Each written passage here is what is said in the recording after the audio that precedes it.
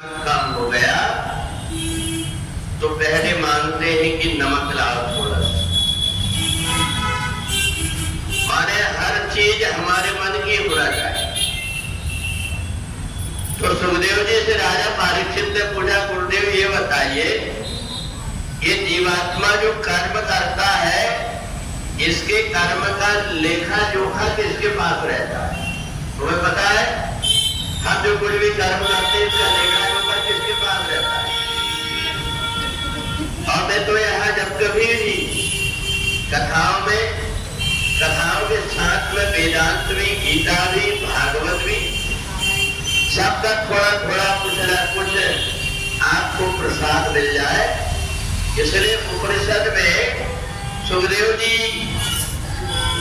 राजा परीक्षित से बताते हैं कि ये जब पूछा राजा परीक्षित ने कि कर्म के हमारे साक्षी कौन है, अच्छा ये बताओ, हम लोग कुछ भी कर्म करते हैं इनका लेखा जोखा किसके पास रहता है?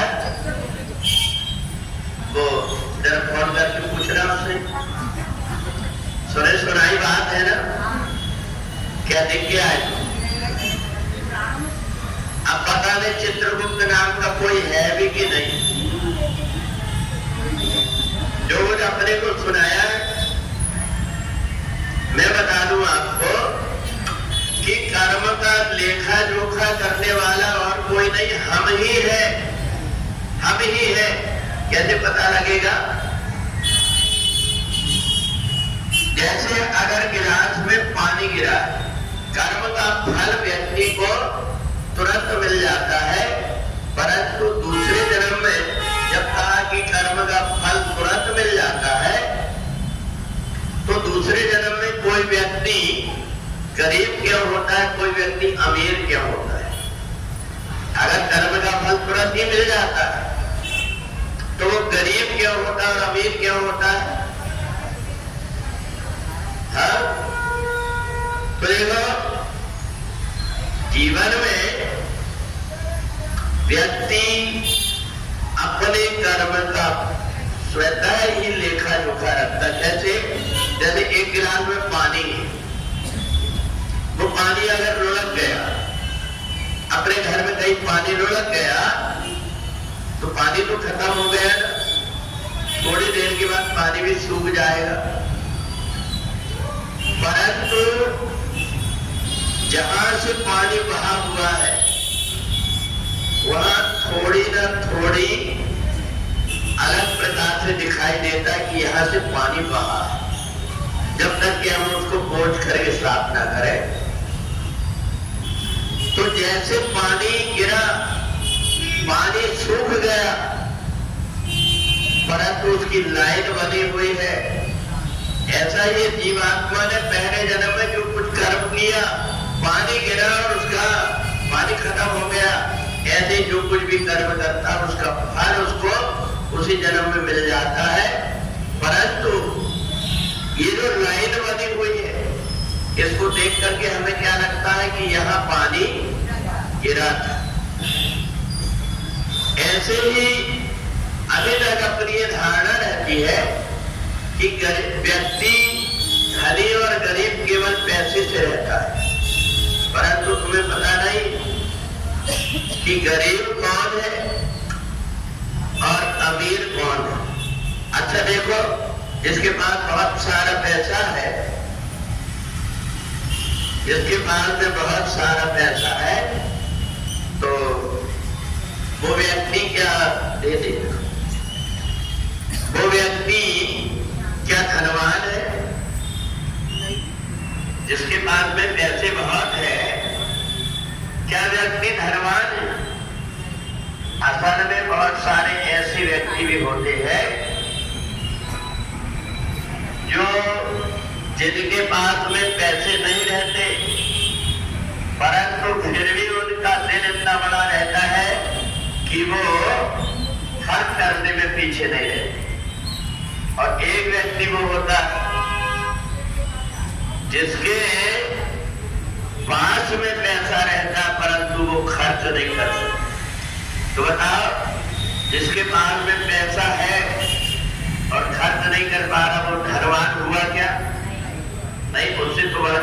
कोई गरीब नहीं। एक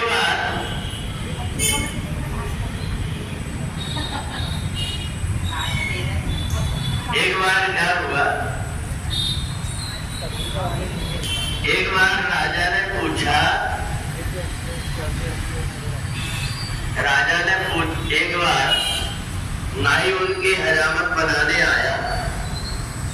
राजा ने पूछा कि एक बात बता, मेरे पास में इतना धन धान सब कुछ है, परंतु मैं हमेशा मुंह लटकाए रहता हूँ, मेरे को प्रसन्नता नहीं रहती, परंतु तू इतना प्रसन्न क्यों रहता? तो नाई ने कहा, महाराज मैं कोई ज्यादा चिंता नहीं करता, जो कुछ भी आप दे देते हैं उसमें मौज से मैं खा पी करके बच्चों का परिवार पाले, इसलिए प्रसन्न। आज आपने कुछ दिया, कल मेरे को कुछ मिलेगा, इसलिए मैं ये सोच करके कि जो कुछ भी मिला है उसमें प्रसन्न रह लेता। तो बीरबल आ गए। बीरबल ने कहा, महाराज आप चाहते हैं कि ये देखने के लिए कि ये जो नाई है ये खुश कैसे रहता है, बोले मैं इसको दुखी कर दूंगा अभी एक दिन में। बोले कैसे? बोले आप देख लीजिए। अब बीरबल रात में गया और वो नाई के घर के सामने एक थैली में 99 रुपए रख करके और वहां से गायब हो गए। अब नाई जैसे दरवाजा खोला तो देखा शाम का समय, उसमें 99 रुपया। नाई ने कहा, यार ये 99 रुपया, ये 100 रुपया अगर हो जाए तो क्या बात। उन्हें 2-3 मार गिना कि 99 रुपया। अब नाई को लगा कि मेरे पास में 100 रुपया हो जाए। पूरी रात भर नींद नहीं आई। दूसरे दिन जब राजा के पास में हजामत बनावन ने पहुंचा तो मुंह लटका हुआ। राजा ने कहा, तू तो बहुत हंसते रहता, परंतु आज क्या हुआ? तो उन्होंने कहा, महाराज आज मेरे को 99 का चक्कर लग गया। मेरे मन के अंदर लगा कि 99 रुपया मेरे पास है, अगर 1 रुपया और होता तो मेरे पास 100 रुपया होता। इसलिए मेरे को रात भर नींद नहीं आई। बीरबल ने कहा, ये तो काम मेरा है, कहा 99 रुपये वापिस कर। उसने 99 रुपये ले लिया और नाई को वैसे की वैसी प्रसन्नता। माने उपनिषद का एक उदाहरण ये है, हमारे पास में 99 रुपया है तो भी हमें खुशी नहीं है। इसलिए नहीं है, 1 रुपया कम है, इसलिए इसको कहते हैं 99 का चक्कर। तो इसलिए परमात्मा ने जो हमको दिया है कि बड़े भाग मनुष्य तन पावा,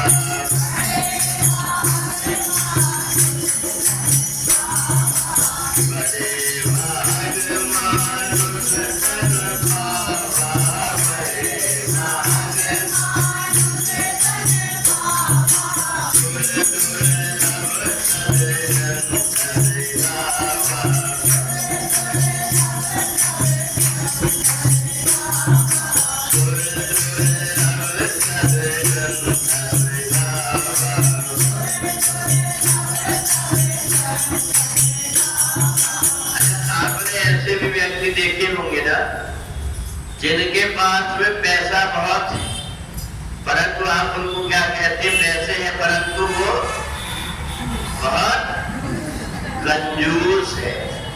कहने का मतलब कि जो कहा, सुखदेव जी ने पूछा कि एक व्यक्ति गरीब पुत्र कहता हो कैसे क्यों हो जाता है और धनी क्यों हो जाता है? बोले पहले जन्म में भी वो गरीब था, इस जन्म में भी गरीब ही है, केवल पास इतना है कि वो चौकीदारी करने के लिए पैसा उसके पास है, उसकी चौकीदारी करेगा पर उसको खर्च नहीं करेगा। तो इसलिए जीवन में हमारे कर्म का लेखा जोखा हम ही करते हैं। एक जन्म में जैसे हमने कर्म किए, उसकी जो वासना शेष रह गई वो दूसरे जन्म में दिखाई देता है। उस जन्म में भी हम पैसे की कमी थी हमारे पास, और इस जन्म में भी है, पैसे है, परंतु हम उसको खर्च नहीं कर सकते। तो इसलिए सुखदेव जी ने राजा परीक्षित से कहा कि देखो, भगवान ने इसलिए सोचा कि हमारा शरीर गंदा ना हो, इसलिए अपने चरणों से भगवान ने गंगा प्रकट किया कि एक बार अगर कोई व्यक्ति गंगा में स्नान कर लेता तो उसके सारे शरीर के पाप धुल जाते। बोले मन को अगर साफ करना है तो क्या करना पड़ेगा? सत्संग की गंगा में गोता लगाना पड़ेगा।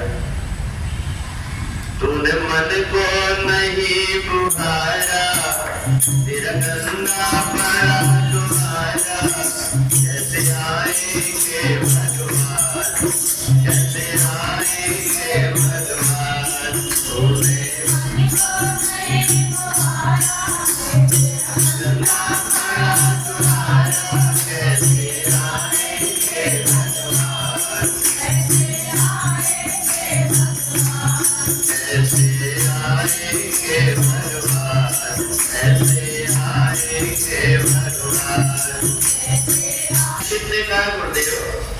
ये बताइए कि माता गंगा को ब्रह्मा जी के कमंडल में थी, वो ये पृथ्वी लोक में आई कैसे?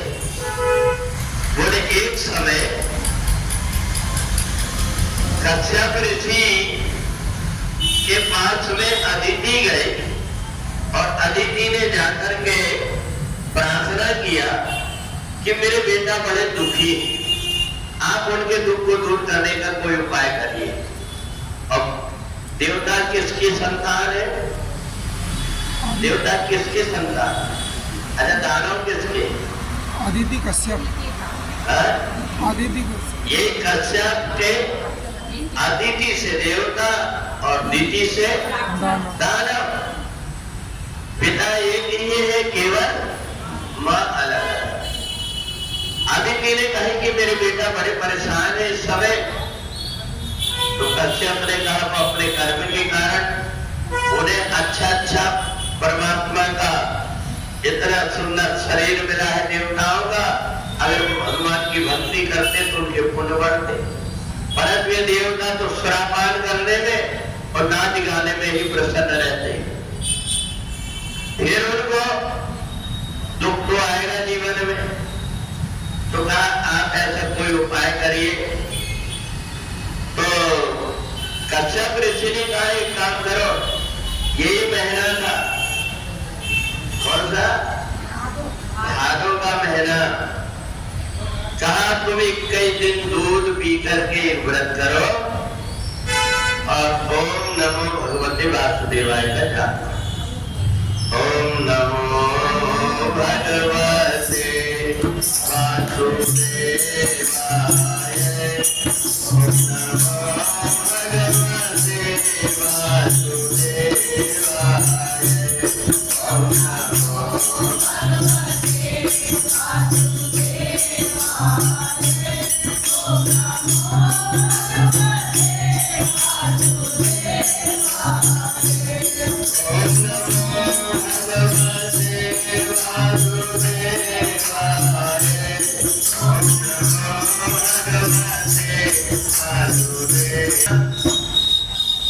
मंत्र तब फल देते हैं जबकि हमारी भावना पवित्र हो, और अदिति ने बड़े पवित्र भावना से मंत्र किया था, इसलिए उनको भादव मास के शुक्ल पक्ष की द्वादशी के दिन एक बेटा हुआ जिसका नाम था उपेंद्र।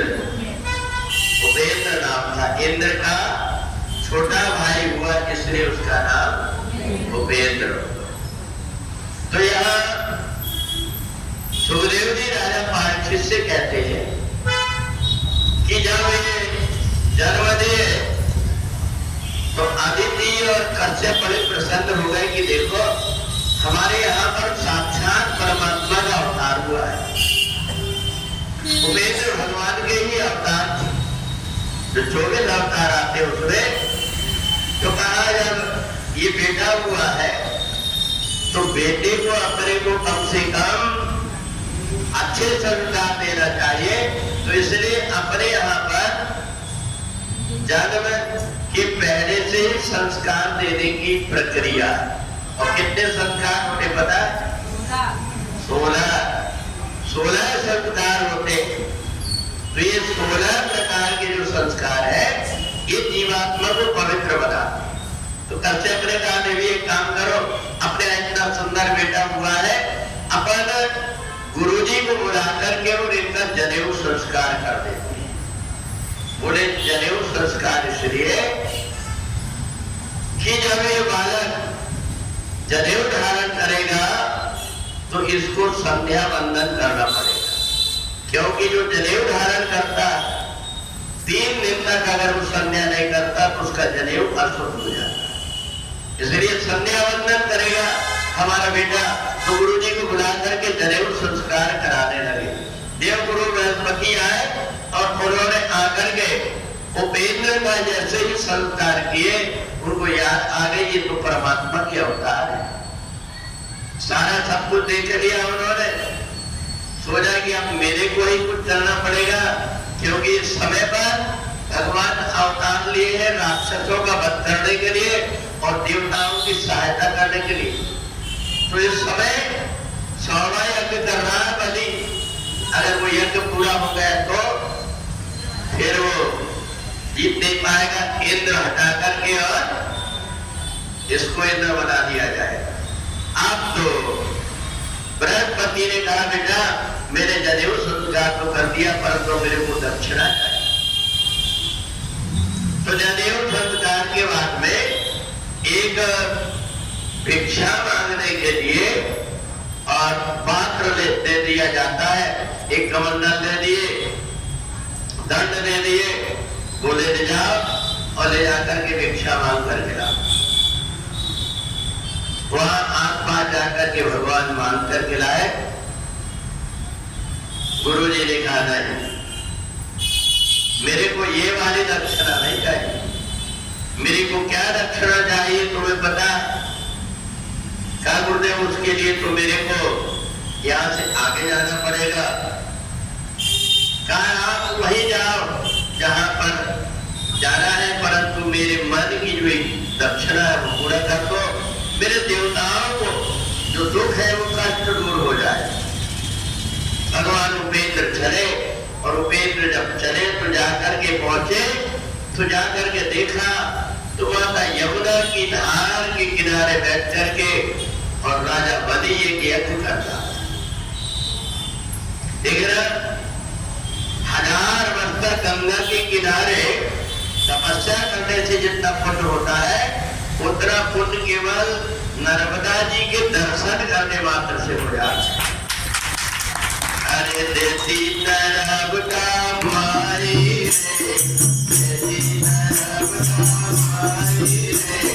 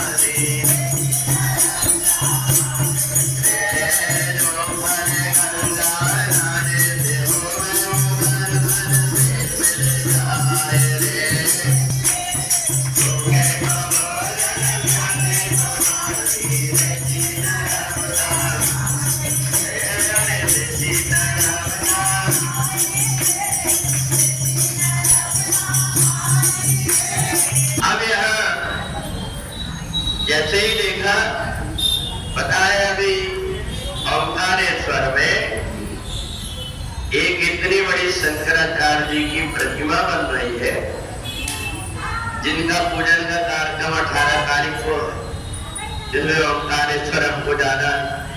तो वहां ओंकारेश्वर में नहीं, तुमको नहीं जाना है।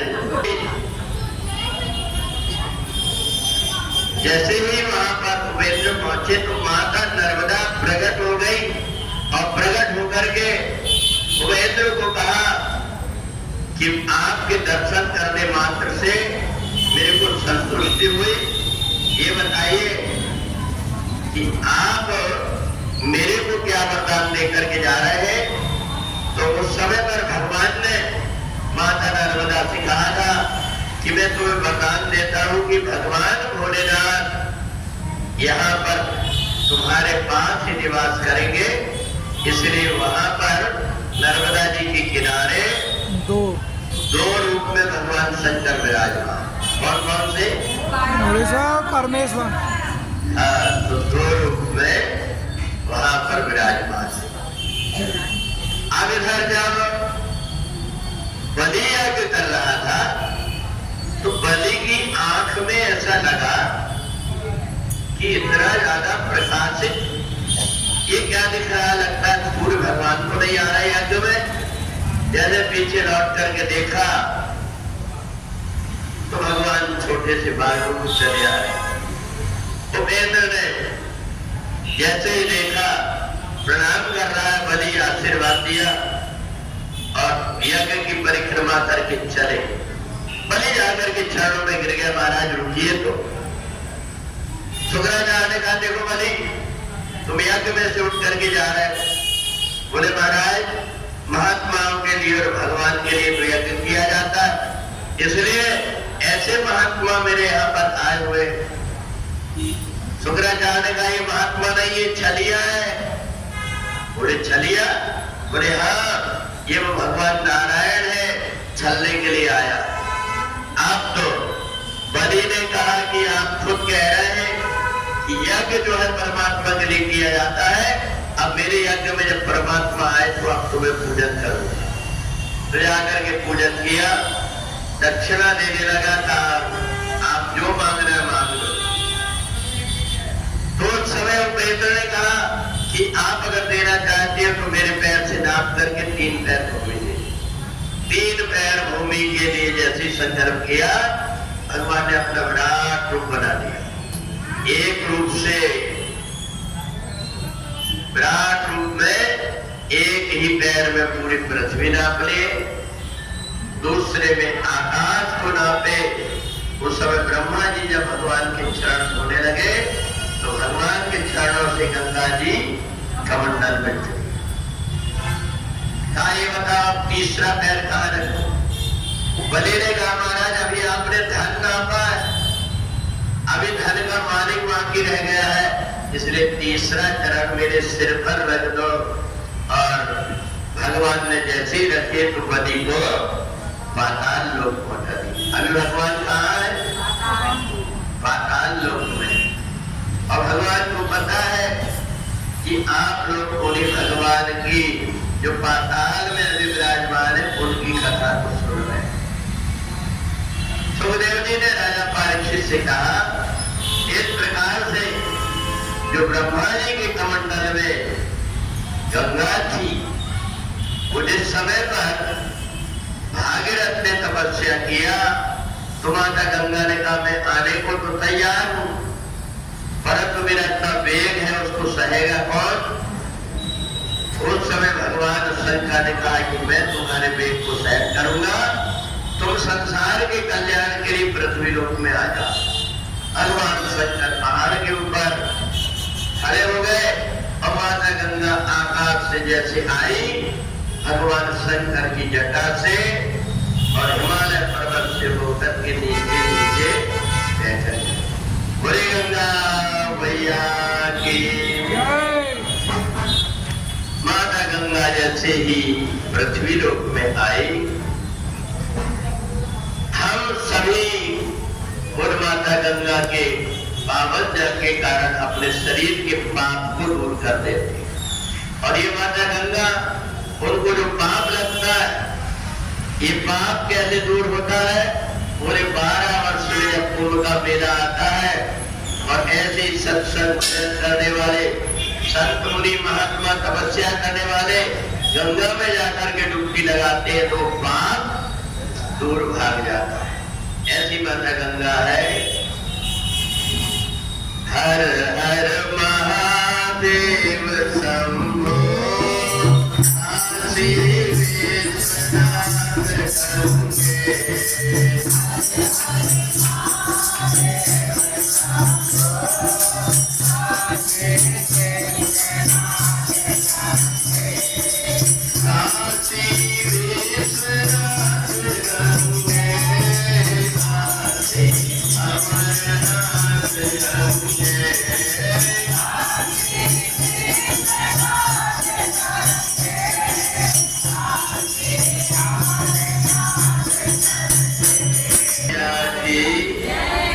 ऐसी माता गंगा पृथ्वी लोक में आई है पवित्र करने के लिए। अब सुखदेव जी ने राजा परीक्षित से कहा, आपने हमें भगवान राम की प्राकट्य की कथा सुनाए और आप कहते हैं कि भगवान का अवतार किसी न किसी कारण से होता है। तो ये बताइए कि भगवान राम ने क्या काम किए? बोले जय विजय वो 3 जन्म का श्राप था। वो 1 जन्म में हिरण्याक्ष हिरण्यकश्यप बने, भगवान ने उनका उद्धार किया। दूसरे जन्म में वो रावण और कुंभकर्ण बने, इसलिए उन दोनों का उद्धार करने के लिए भगवान ने अवतार कहा। इसके बाद में भगवान कृष्ण का अवतार क्या हुआ? बोले ये जो 3 जन्म का श्राप था जय विजय को, तो ये दूसरे जन्म में रावण कुंभकर्ण बने और तीसरे जन्म में दंतवक्र और शिशुपाल। तो कहा हमें भगवान श्री कृष्ण का अवतार की कथा सुनाई। सुखदेव जी कहते राजन, भगवान श्री कृष्ण ने मन में विचार किया कि कलयुग में हर व्यक्ति स्वार्थ से प्रेरित हो जाएगा। हर व्यक्ति जब एक दूसरे से कोई संबंध रखेगा तो केवल अपने स्वार्थ के लिए। इतना ही नहीं, स्वर नर मुनि सबकी यह रीति और स्वार्थ लाग। भगवान ने मन में विचार किया कि मैं कलयुग में प्रेम का रूप धारण कर गया। और भगवान ने उस समय पर देखा कि अब मेरे को जाना चाहिए। तो भगवान के आने की रास्ता कैसे बनी? बोले मथुरा में एक राजा थे उग्रसेन, उनकी पत्नी का नाम था पवन रेखा। पवन रेखा को महाराज उग्रसेन बार बार कहते थे, देवी तुम परमात्मा की भक्ति करो, परंतु उसने परमात्मा की भक्ति नहीं किया। वो तो केवल अपने आप में ही खुश रहती थी, खाना पीना सोना। एक दिन पवन रेखा अपनी सखियों के साथ में यमुना जी के किनारे पहुंची। वहां उन्होंने पहले से राजा से सुंदर झूला बनवा करके रखा था। सारी सखियां वहां एक दूसरे को झूला झुलाने लगी। और उसी समय पर जब पवन रेखा झूला में बैठी तो पवन रेखा को झूला में बैठे देख करके और सखियां मल्हार गाने लगी। अरे झूला पैरो है कदम की जाती है, झूला पैरो है।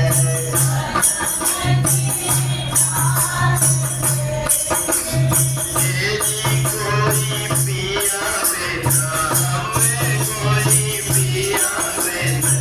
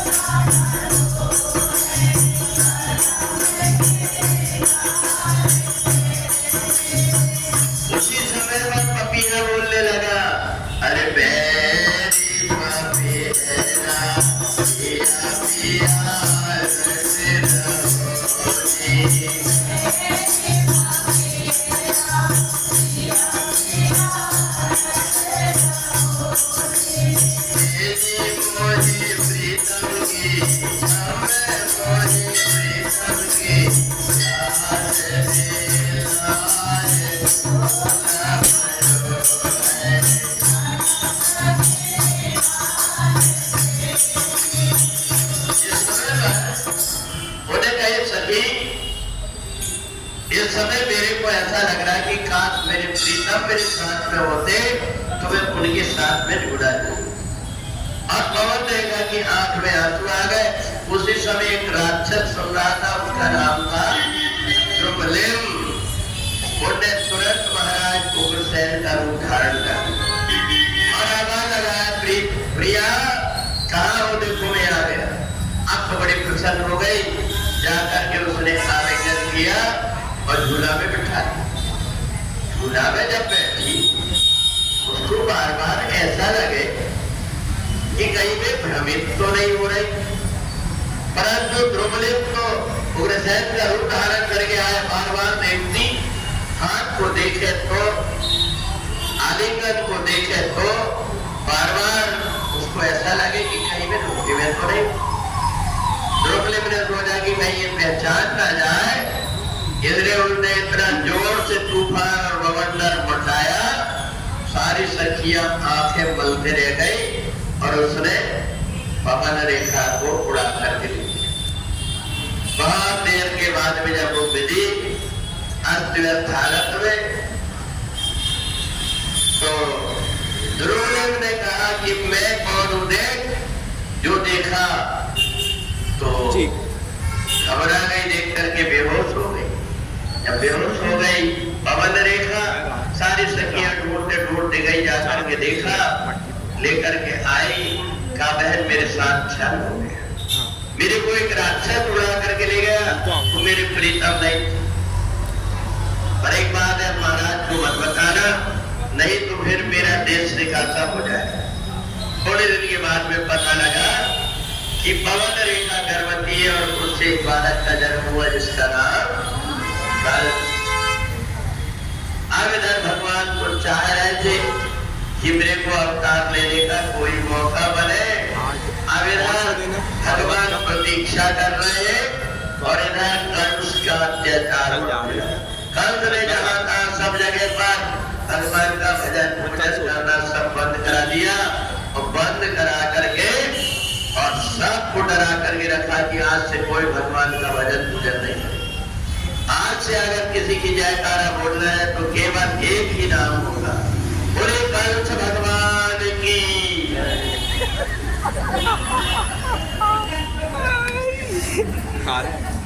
इन्हें कहते बोल, इन्हें बोल, बोले तो हो जाएगा।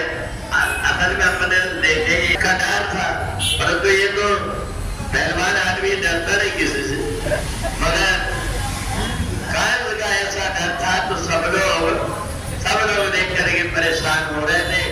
अब इधर कंस ने जहाँ कहा सब कर दिया, तो सारे जितने भी हैं सब लोग भगवान के भजन के लिए परेशान होने लगे। पृथ्वी माता घबरा गई। माता पृथ्वी ने उसी समय पर भगवान से प्रार्थना की कि आप ऐसा कोई उपाय करिए जिससे कि मेरा ये दुख दूर हो। सारे देवता भगवान की स्तुति करने लगे, जय जय सूर्य नायक जन सुख।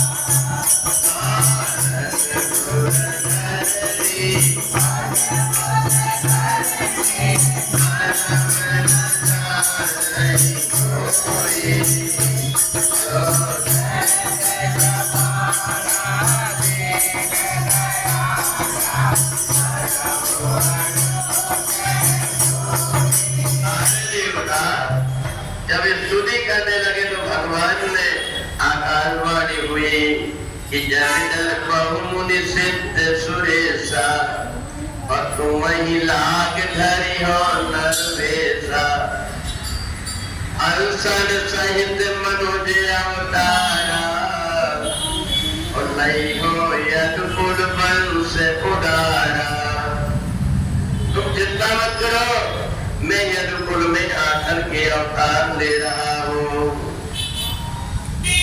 अब इधर सारे देवता बड़े प्रसन्न हो गए कि भगवान का अवतार होने वाला है, भगवान का अवतार होने वाला है।